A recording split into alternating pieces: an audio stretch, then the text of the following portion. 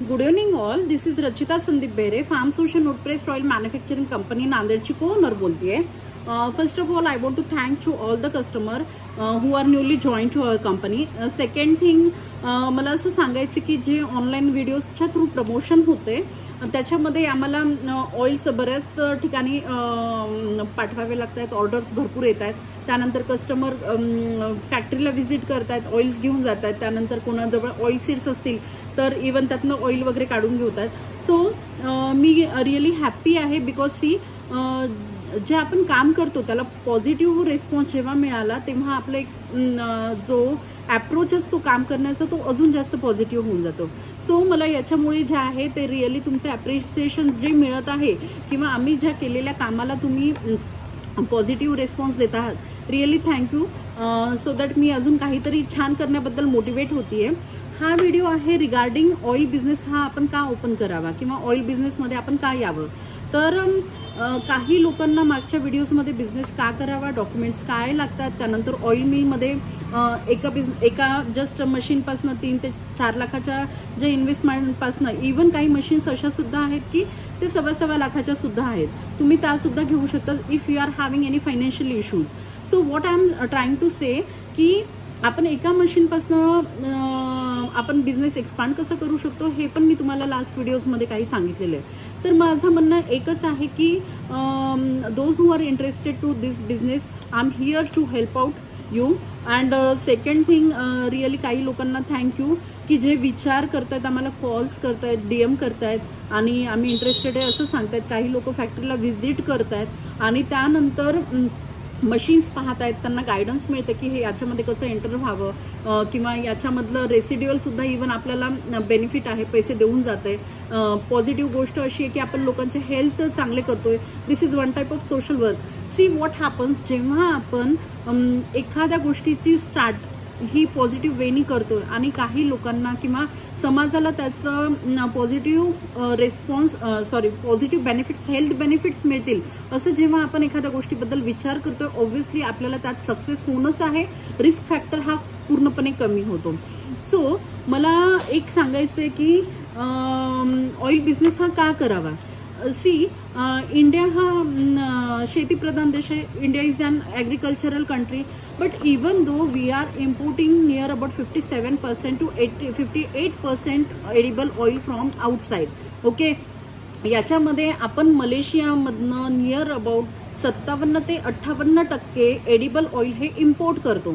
मग याचा अर्थ असा आहे की आपण जरी ॲग्रिकल्चरल कंट्री असू तरी सुद्धा आपल्यामध्ये इनफ ऑइल सीड्स बनत नाहीयेत किंवा ऑइल तेवढं बनत नाहीयेत की आपल्या इंडियाच्या पॉप्युलेशनला पुरेसं असावं. एक तर आपण इम्पोर्ट करतोय ते टोटली पाम ऑइल आहे, नियर अबाउट 80% पाम ऑइल आहे, 21% तुम्ही म्हणू शकता की सोयाबीन ऑइल वगैरे असेल. So what is happening, we are just importing and we are just taking our bad health by giving the money. तर मग या बॅड हेल्थला आपण स्टॉप करण्यासाठी आपणच आपल्या शेतकऱ्यांना प्रमोट करून त्यांना ऑइल सीड्स लावण्याबद्दल प्रमोट करून, बिकॉज सी त्यांच्याकडून डिरेक्टली जर आपण ऑइल सीड्स घेतल्या किंवा त्यांना प्रमोट केलं की ऑइल मिल्स या ठिकाणी आहेत आणि जस्ट त्यांना ऑइल सीड्स तिथे सेल आउट करायचं, ऑब्व्हियसली शेतकरी हॅपी होतो आणि तो इझिली ते ऑइल सीड्स ग्रो करेल. सो ही काय आहे तर जो आपला पैसा दुसऱ्या देशामध्ये जातोय, जी आपली इन्कम दुसऱ्या देशामध्ये जाते, ज्याच्यावर आपण टॅक्सेशन वगैरे भरतोय, तर हे आपलं एकतर कमी होईल. त्यातल्या त्यात आपण जी कोल्ड प्रेस किंवा वूड प्रेस्ड ऑइल आपण जे खातोय त्याच्यामुळे आपल्याला हेल्थ बेनिफिट्स भरपूर मिळतील. सो या बिझनेसमध्ये तुम्हाला एकतर रिस्क फॅक्टर कमी आहे, त्यातल्या त्यात तुम्ही इथल्या लोकांना एम्प्लॉयमेंट जनरेट करताय. लेडीज असू द्या किंवा जेंट्स असू द्या, त्यांना आपल्या फॅक्टरीजमुळे एम्प्लॉयमेंट क्रिएट होतोय. थर्ड थिंग, इथले जे शेतकरी आपण जे म्हणतोय की कृषीप्रधान देश आहे, त्यांच्या जर माइंडला हे सेट आहे की आपण ज्या पिकवलेल्या ऑइल सीड्स आहेत या कंपल्सरी ऑइल मिल्सला जाणंच आहे, तर ऑब्व्हियसली ते प्रमोट होतील, ते स्वतः पॉझिटिव्हली अप्रोच करतील आणि ते ऑइल सीड्स पिकवण्यासाठी पॉझिटिव्ह होतील. सो माझं एकच म्हणणं आहे की आपल्याला रिस्क फॅक्टर हा बिलकुल नाहीये, because each and every person in the house is using edible oil. जर ते कोल्ड प्रेस असेल, वूड प्रेस असेल आणि त्याच्यामध्ये जर तुम्हाला थोडंसं अमाऊंट जास्त द्यावी लागत असेल, बट तुम्ही हेल्थ पण घेताय, right.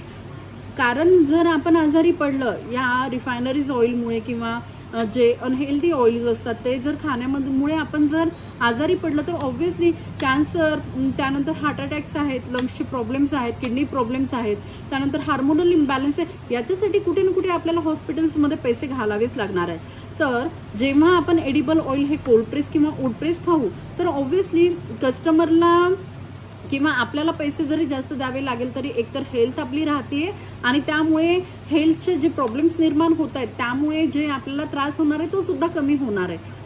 Everybody is thinking about our next generation. आपल्या किड्स बद्दल आपण विचार करतो, आपल्या हेल्थ बद्दल आपण विचार करतो.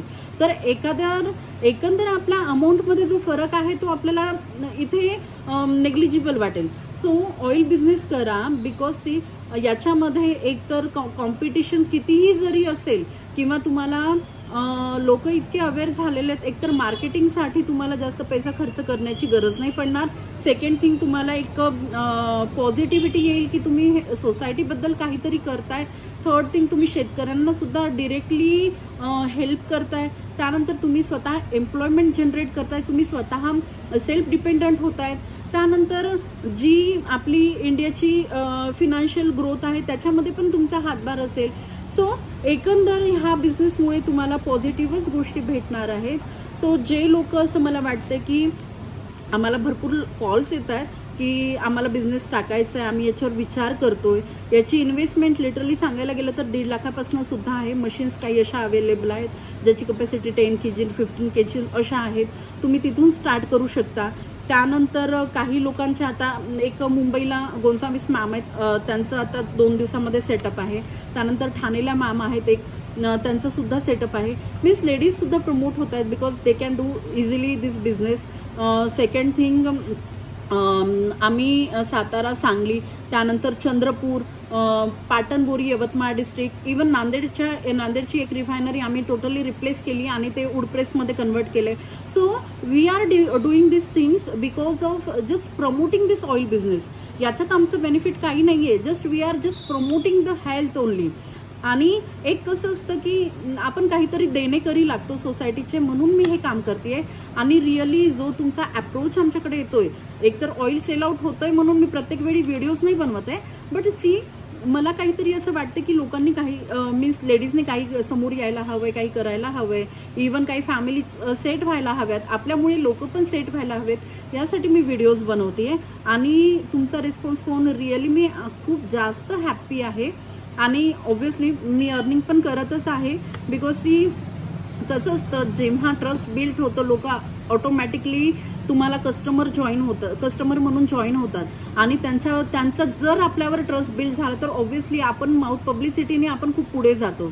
सो मी जशी खूप जास्त पॉझिटिव्हली मोटिवेट होऊन सगळ्या गोष्टी करते, तुम्ही सुद्धा व्हाव्यात, तुम्ही सुद्धा या बिझनेसमध्ये उतरावं असं मला वाटतं. नंबर्स असतात माझे मेसेजेसमध्ये किंवा अगोदरचे व्हिडिओज जर काढून पाहिले, रील्स आहेत त्याच्यामध्ये माझे नंबर्स आहेत. तुम्ही एनी टाइम मला कॉल करू शकता. If you are having any doubt regarding the machine, regarding the investment, regarding the business loan, तर मी हे तुम्हाला सर्व डिटेलमध्ये सांगेल. So please oil business, oil making business, wood press असू द्या, कोल्ड प्रेस असू द्या, याच्यामध्ये एंटर व्हा, कारण ही फ्युचरची नीड आहे. हेल्थ चांगली राहणं, हॉस्पिटल्समध्ये आपण कमी पैसे इन्व्हेस्ट करणं, त्यातल्या त्यात काय म्हणता येईल इम्पोर्टवरती ड्युटीज आपल्या कमी करणं, या सगळ्या गोष्टी एकंदर पॉझिटिव्ह आहे. सो पॉझिटिव्ह वेनी याकडे पहा, ऑइल बिझनेस करा. If you are having any query just call me. Eat healthy, stay healthy. Really thank you so much. Thank you.